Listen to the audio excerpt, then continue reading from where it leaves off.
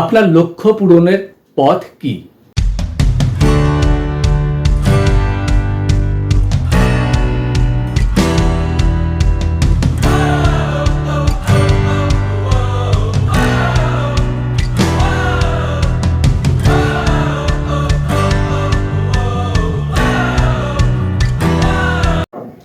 Hello friend, I am doctor P K পাল।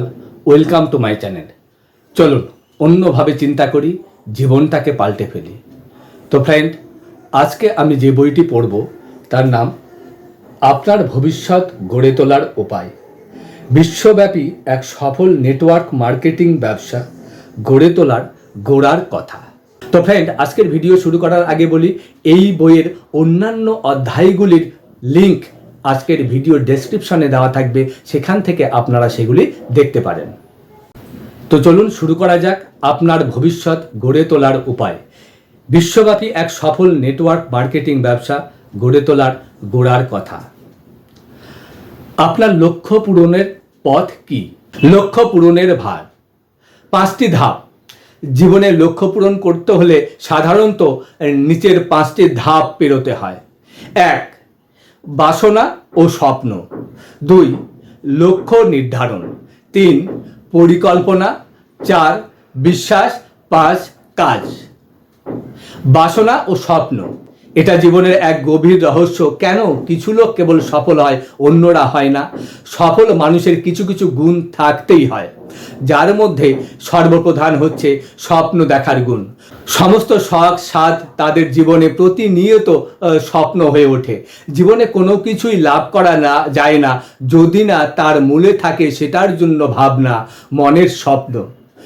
মানুষ চোখে দেখা ভবিষ্যতের রূপটাই হচ্ছে স্বপ্ন। সফল হয় তারাই যারা স্বপ্ন দেখে, জীবনে কি হয়ে উঠতে পারে তাই নিয়ে, উজ্জ্বল ভবিষ্যতে নিয়ে, অনাগত সম্ভাবনা নিয়ে, এবং সেই স্বপ্নগুলো বাস্তবায়িত করতে যা কিছু করণীয় প্রাণপণে সব কিছু করে। আকাঙ্ক্ষা যত প্রবল হয়, স্বপ্নগুলো ততই দানা বাঁধতে থাকে। আকাঙ্ক্ষা থেকে স্বপ্ন মাথাচাড়া দেয়, আবার আকাঙ্ক্ষায় সেই স্বপ্ন পূরণের তাগিদ যোগায়।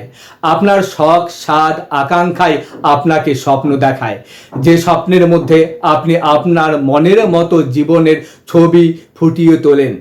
মানুষের স্বপ্নকে বলা হয় তার কেন বা তার কারণ। লক্ষ্য পূরণের প্রচেষ্টায় এই কেন যদি যথেষ্ট জোরদার না হয়, তাহলে কি করে সেই প্রশ্নটাই অবান্তর।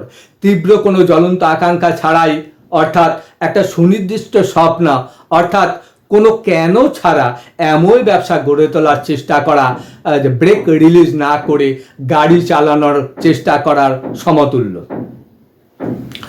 লক্ষ্য নির্ধারণ। আপনার মনের মধ্যে যেসব ছবি থাকে তাই থেকেই জন্ম নেয় আপনার লক্ষ্য। আপনার নির্দিষ্ট আকাঙ্ক্ষা বা স্বপ্নের সঙ্গে সেইগুলি পূরণের সময়সীমা যুক্ত করলে সেটাই হয়ে দাঁড়ায় আপনার লক্ষ্য। আকাঙ্ক্ষাকে ঘিরে আপনার ভাবনা যতই আবর্তিত হয়, ততই আপনার ভাষা স্বপ্নগুলি জমাটে বেঁধে হয়ে যায় লক্ষ্য। লক্ষ্য পূরণ করতে পারে তারাই যারা লক্ষ্য স্থির করতে পারে। প্রথম দরকার কাছের ও দূরের লক্ষ্যগুলো স্থির করা, তারপর ভেবেচিন্তে প্রতিটির সময়সীমা বেঁধে দেওয়া এবং লক্ষ্যগুলো কাগজে লিখে সেগুলো এমনভাবে রাখা যাতে সব সময় চোখে পড়ে। আয়না বা রেফ্রিজারেটরের গায়ে তারিখ বা ছবি আটকানো। আর চাই লক্ষ্য পূরণের কল্পনায় অহরহ মশগুল হয়ে থাকা। পরিকল্পনা। স্বপ্ন আর লক্ষ্য এই দুটি ধাপের স্বাভাবিক পরিণতি তৃতীয় ধাপ, অর্থাৎ পরিকল্পনা। স্বপ্ন পূরণের পরিকল্পনা না করলে সব স্বপ্নই দিবা স্বপ্ন হয়ে যায়। পরিকল্পনা না থাকলে কোনো লক্ষ্যই আকায় লাভ করে না। লক্ষ্য পূরণের নির্দিষ্ট সময়সীমার তাকেই বলে পরিকল্পনা। লোকে লক্ষ্য পূরণে ব্যর্থ হওয়ার পরিকল্পনা করেছে বলে নয়, পরিকল্পনা করতে ব্যর্থ হয়েছে বলে। অভিজ্ঞজনেরা বলেন, একটা ছুটি কাটানোর পরিকল্পনায় আমরা অনেকেই যতটা সময় দিই তার চেয়ে ঢের কম সময় দিই ভবিষ্যৎ গড়ার পরিকল্পনায়। সাফল্য লাভের প্রথম শর্ত পরিকল্পনা, কিন্তু গন্তব্যস্থলটা না জানলে সফল সফর শুরু করাই যায় না। তাই পরিকল্পনার আগে চাই লক্ষ্য নির্ধারণ। ধর্মগুরুরা বলে থাকেন, প্রার্থনা করা উচিত সঠিক পন্থা পদ্ধতি, চিন্তা ও শক্তির জন্য, যা আত্মবিকাশ ঘটায়, কোনো চটজলদি সমাধানের জন্য নয়। এক, কাছের লক্ষ্য। আপনি ঠিক কি হতে চান, কি করতে চান বা পেতে চান? খ, তার জন্য কত মূল্য লাগবে? গ, আপনি সেইটা কত তাড়াতাড়ি চান? ঘ, সেটা যাই হোক না কেন তাকে আপনি ধরাছোঁয়ার মধ্যে আনুন। ছুঁয়ে চালিয়ে নজর করে বা তার বাজার পরখ করে দেখুন। ছবি জোগাড় করে এমন জায়গায় রাখুন যাতে সব সময় আপনার নজরে পড়ে। দুই, দূরের লক্ষ্য। ক, বড় মাপের চিন্তা করুন। সচ্ছলতা, জীবিকা বাছাইয়ের সুযোগ, মুক্তির স্বাদ, রোজগারের স্বনির্ভরতা। খ, এই লক্ষ্যটি পূরণ হলে আপনার ঠিক কী লাভ হবে? গ, তখন আপনার ঠিক কীরকম অনুভূতি হবে? ঘ, আপনি কি ব্যাপারটাকে যথেষ্ট গুরুত্ব দিচ্ছেন? কতটা? তিন, কাউকে আপনার স্বপ্ন চুরি করতে দেবেন না। বিশ্বাস। আপনিও যে সফল হতে পারেন এটা বিশ্বাস করাই সাফল্য পাওয়ার জন্য সবচেয়ে বড় শক্ত কাজ। বিশ্বাস যদি না থাকে, আপনি কিছু না কিছু হয়তো করবেন, কিন্তু কখনোই নিজেকে উজাড় করে দেবেন না। বিশ্বাসই ঘটায় নিজের ওপর বিশ্বাস এবং অন্যদের প্রতি বিশ্বাস। দি ম্যাজিক অফ থিঙ্কিং বিগ বইটিতে ডক্টর ডেভিড শার্টাজ বলেছেন, মানুষ মাত্রই সাফল্য চায়। সাফল্য অর্জনের জন্য বেশ কিছু কাজের কথা পাওয়া যায় বাইবেলে। যেমন বিশ্বাস পাহাড় তলাতে পারে। কেবল বিশ্বাসের জোরে আপনি কেবল একটা পাহাড়কে টলিয়ে দিতে পারেন। আমি সফল হতে পারি, এই বিশ্বাস যদি সাফল্য পাওয়ার ইচ্ছাধীন হবে। সাফল্য লাভের উপায় ও কৌশল খুঁজে পেতে মনের তাগিদ যোগায় অটল বিশ্বাস। আপনার আত্মবিশ্বাস অন্যদেরও আপনার প্রতি ভরসা জাগায়। সফল মানুষদের একেবারে প্রধান এবং অধারিত লক্ষ্য হচ্ছে তাদের সাফল্য লাভে বিশ্বাস। বিলিভ বইটিতে অ্যাবওয়ে কর্পোরেশনের প্রেসিডেন্ট রিক ডিভস বলেছেন, যারা সাধারণত খুব নিচের দিকে তাক করে তারা যেমনটি চায় তেমনটিই পায়। শূন্য। জীবনটা ওভাবে বাঁচার জন্য নয়।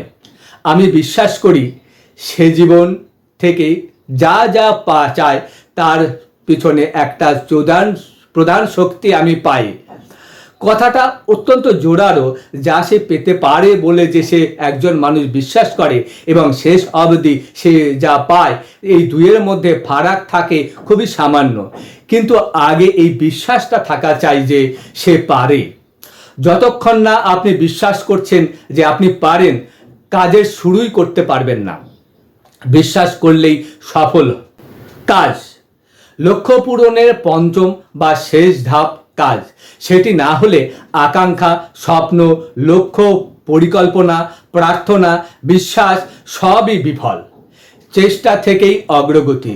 লক্ষ্য পূরণের ক্ষমতা যার থাকে তাকে এটা স্থির করতে হয়, আমি কি আমার স্বপ্ন বা লক্ষ্যকে কতটা গুরুত্ব দিই, যাতে কাজ শুরু করে দেওয়া যায়। একই লক্ষ্যে নিয়মিতভাবে এক নাগাড়ে চেষ্টা চালিয়ে গেলে তবেই প্রত্যাশিত ফল পাওয়া যায়। আপনার লক্ষ্য ও স্বপ্ন পূরণের পক্ষে উপযোগী একটা পরিকল্পনা খুঁজে পেলেও আপনাকে নিঃসন্দেহ হতে হবে আপনার কেনটা কি যথেষ্ট জোরালো যাতে কাজে নেমে পড়া যায়।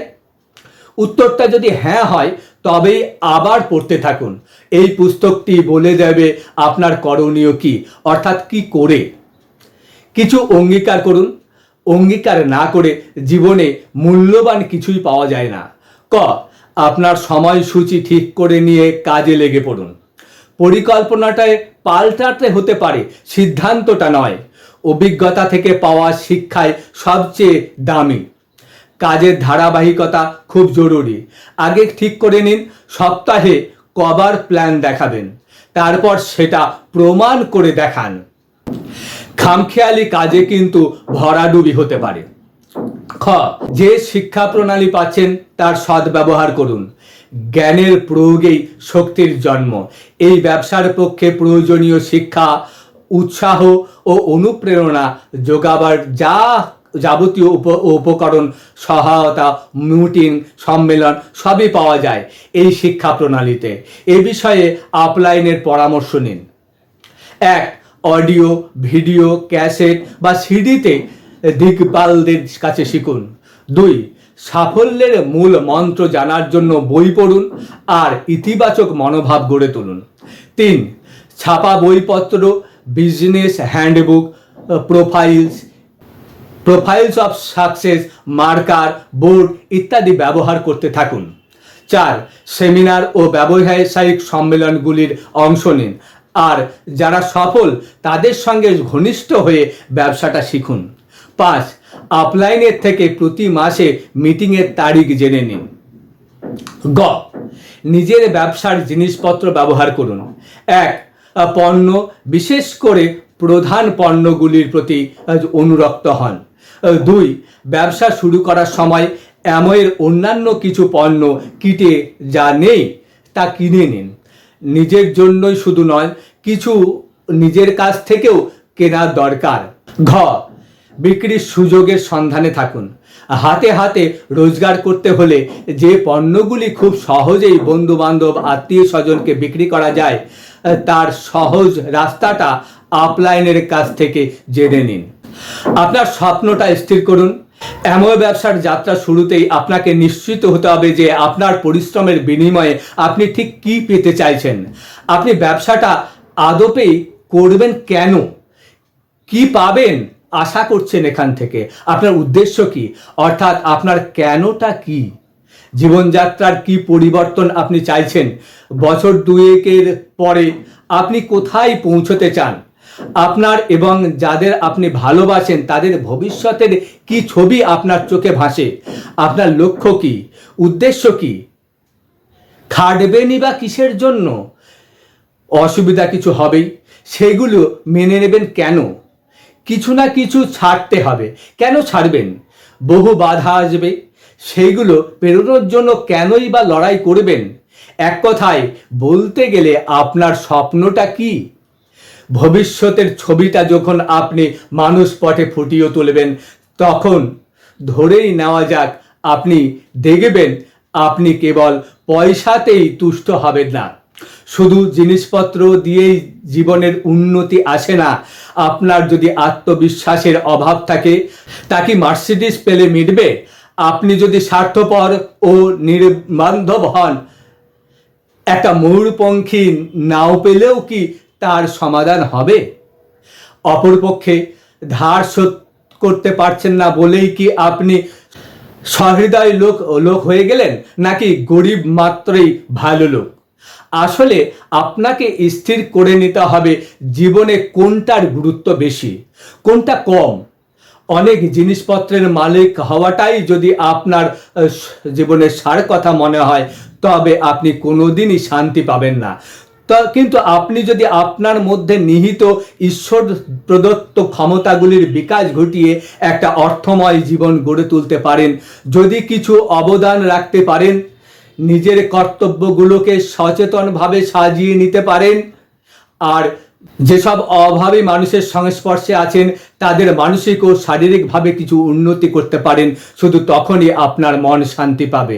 মানুষ কাজ করে ফলের আশায়, আপনার ক্ষেত্রে কি সেই একই ফল? আপনি কি চান? এই ব্যবসাটা সত্যিই কাজ করে, কিন্তু তা দিয়ে আপনার কি লাভ? বাড়তি রোজগার সকলেই চায়, যেটা হবে মোটা অঙ্কের, সুনিশ্চিত আর নিয়মিত। আপনি চান না? সকলেই চায় প্রিয়জনের সঙ্গে সময় কাটাতে, তাদের আনন্দ দিতে, নতুন নতুন দেশ দেখতে। আপনি চান না? সকলেই চায় নিজের কাজের জন্য প্রশংসা পেতে, অন্যের সাফল্যের অংশ নিতে। খবরদারিটা একটু কমুক, একটু মুক্তি, একটু তারিফ, অফিস কাছারির সময়টা কমিয়ে নিজের কাজে সময় দিয়ে স্বাদ আহ্লাদের জন্য সময় বাঁচাতে। আপনি চান না? সবাই ঋণ মুক্ত হতে চায়, ক্রেডিট কার্ড, গাড়ির দরুন, কত ধারে, সব ধার চুকিয়ে দিতে চায়। ছেলে মেয়েদের নিজের মনের মতো স্কুলে ভর্তি করতে চায়। আপনিও কি চান না? লোকে পরিবার বন্ধু বান্ধব নিয়ে সারা দেশ সারা দুনিয়া বেড়াতে চায়। লোকে অবাধ মুক্তি চায়। আপনিও তো চান, কিন্তু যা যা চান সব পাওয়ার জন্য কি কি ছাড়তে রাজি আছেন? আমাদের বয়স যতই বাড়ে ততই যেন ভবিষ্যতের ঝলমলে ছবিটা কীরকম ঝাপসা হয়ে যায়।